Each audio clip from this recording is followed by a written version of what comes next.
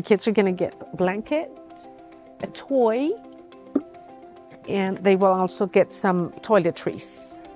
I've been fostering a little over, coming up on 5 years.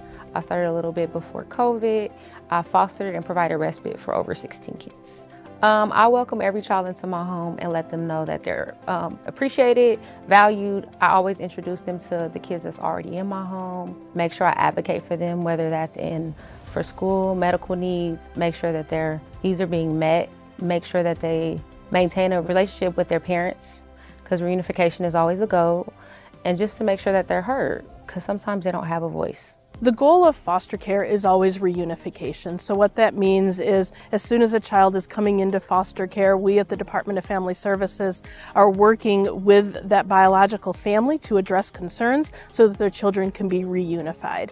Foster parents are an integral piece to this because they are the ones who have any current information on the child. They're working with the child, they know what the child needs, and they can be a service and a support to that parent so that the parent can get some additional mentorship and guidance from another parent that's walking along them with this journey.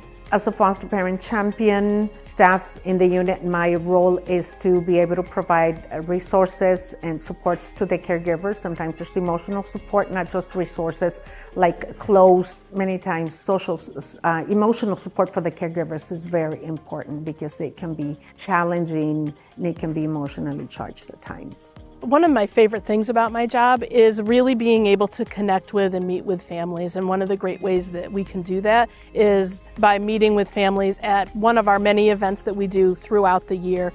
We do events throughout the year not only to give kids a fun thing to come out and do, but also for the foster parents to learn a little bit more about resources in the community and for them to get a little bit of a break too from the day-to-day parenting. There are several events that your kids can attend, and it's amazing that they always give back. The Christmas event, the back to school event, the spring event. So just being a foster parent, those are extra resources that you get as well.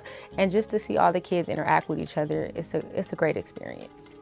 Any foster parent that I've ever talked to has talked about how this is one of the most difficult things that they've ever done and one of the most rewarding, and that they would do it all over again in a heartbeat. Anybody can be a foster parent. All you have to do is be over the age of 21, have a clean background, be a Clark County resident, and make sure you have enough space in your home.